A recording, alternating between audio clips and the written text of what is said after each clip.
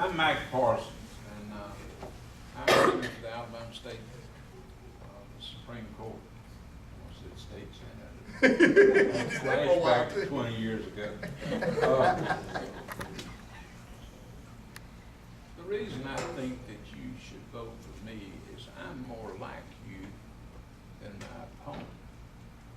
See, I went to Jacksonville State College, it's a university now, and we went to football games, basketball games, baseball games, and that was the way we had fun. Now, my opponent went to a place called Dartmouth. And you know what these people do instead of going to football games or basketball games? They go down to a big creek or river and they get in a long boat and they paddle the boat up the creek backwards.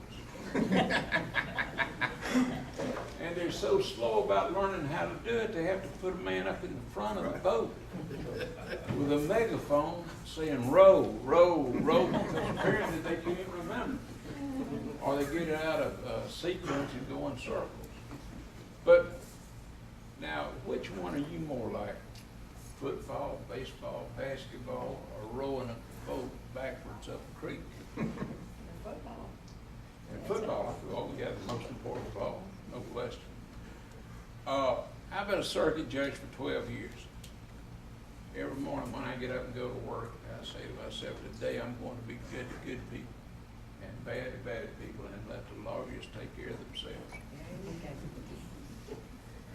In the last 6 years, I've disposed of 4,500 cases. Actually, I've disposed of more than that, but I used 4,500 hoping my opponent would say it was a lie, and then I could come back with a larger number. I've put murderers, dope fiends, robbers, sex perverts in prison for over 7,500 years. But in addition to that, I was the second judge in the state to start a mental health court where we recognize that some people have mental problems and get into trouble. We don't let anybody in that's hurt somebody or committed a violent crime. This is only for people that have gone out and shoplifted something or something like that. And the real story is that they've had psychiatric problems earlier in life. Quit taking the medicine they're supposed to, or maybe started taking the medicine that they weren't supposed to, and as a result of it, they go out, steal something, and get caught.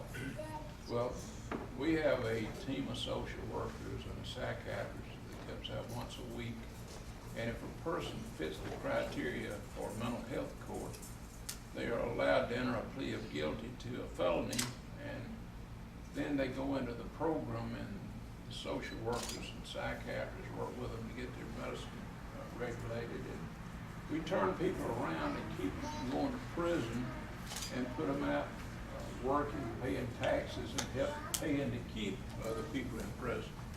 So when I say I'm good to good people and bad to bad people, I do both. Unfortunately, I deal with a lot more bad people than I do good people. As a matter of fact, Monday I started a quadruple murder case. Before last, I tried another quadruple murder case, so that's 8 murder cases in 3 weeks. I first got into politics in 1978. I'd never run for office before in my life, never been to the state capitol, and I'd been a lawyer for about a year. Went to night law school, grew up poor. First one in my family to go to college, and I went to night law school, become a lawyer, and started telling people I was going to run for the state senate. And they started telling me that I wasn't going to win. I didn't need to make the people mad in politics and all that stuff. Well, I ran, and I got in a runoff against the incumbent, and I spent a total of $2,600. Then I came back in the runoff and got lucky, and people believed in me, and I got another $2,800, and I won a Senate seat for less than $6,000, which was unheard of back then, and would be absolutely a miracle what could be done today unless your opponent dropped dead.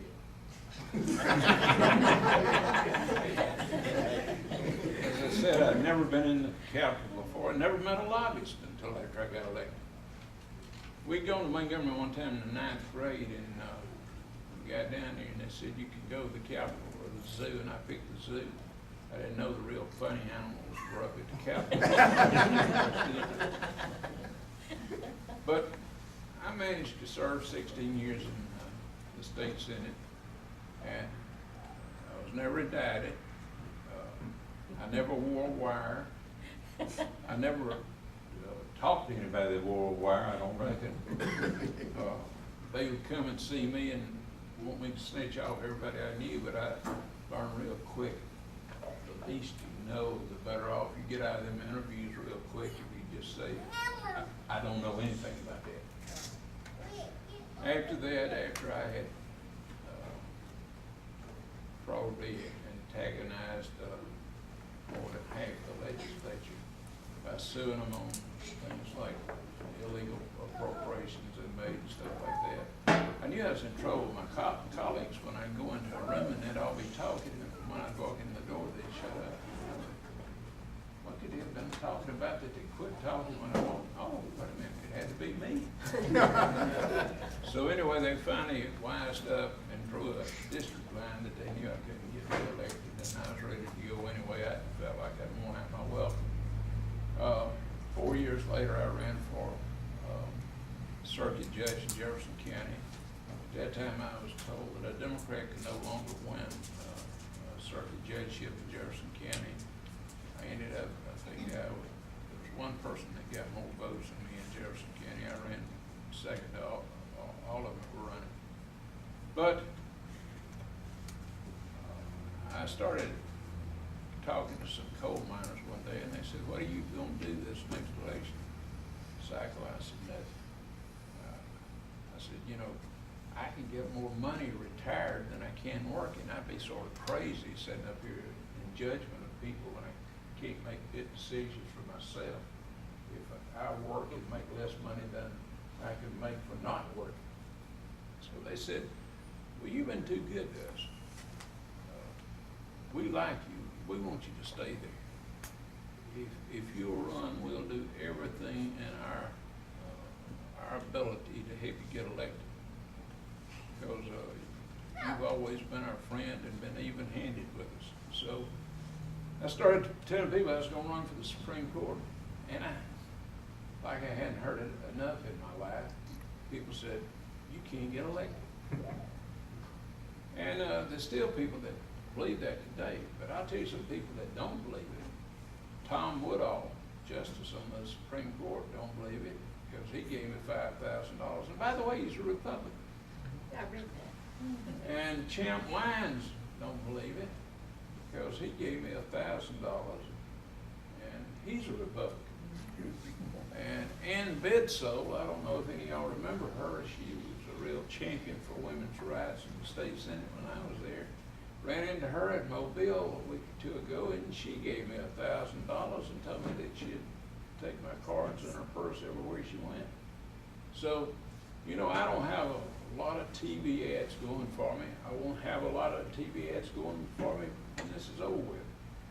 If it took $1 million for me to get elected to the Supreme Court, I don't want the job. I've been there. I know what money brings.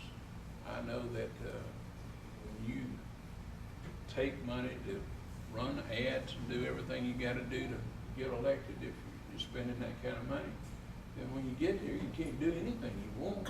You have to constantly be talking to or avoiding the people that gave you the money. If I can get enough money to put on one major TV ad in this state, I promise you I'll get elected. The reason I'll get elected is because the only thing I have to do is to give some daylight to my opponent's record on the court. He went an entire year, one time during his career, that he didn't write a single opinion at all. He is the least productive person on the court. Because of his dedication to work, the other judges have had to come together and take staff away from him and reassign cases to disposal cases. He's had one case for 4 years. Nobody knows for sure where it went. It might have fell down behind a cabinet. But if you'll elect Mac Parsons to the Supreme Court, I promise you, you'll never be embarrassed and have to explain to anybody that you asked to vote for me why Mac Parsons did something that bad or got into that kind of trouble or did something that's stupid. I may not be the brightest light around, and I'm certainly not as handsome as some candidates are that are running for the Supreme Court.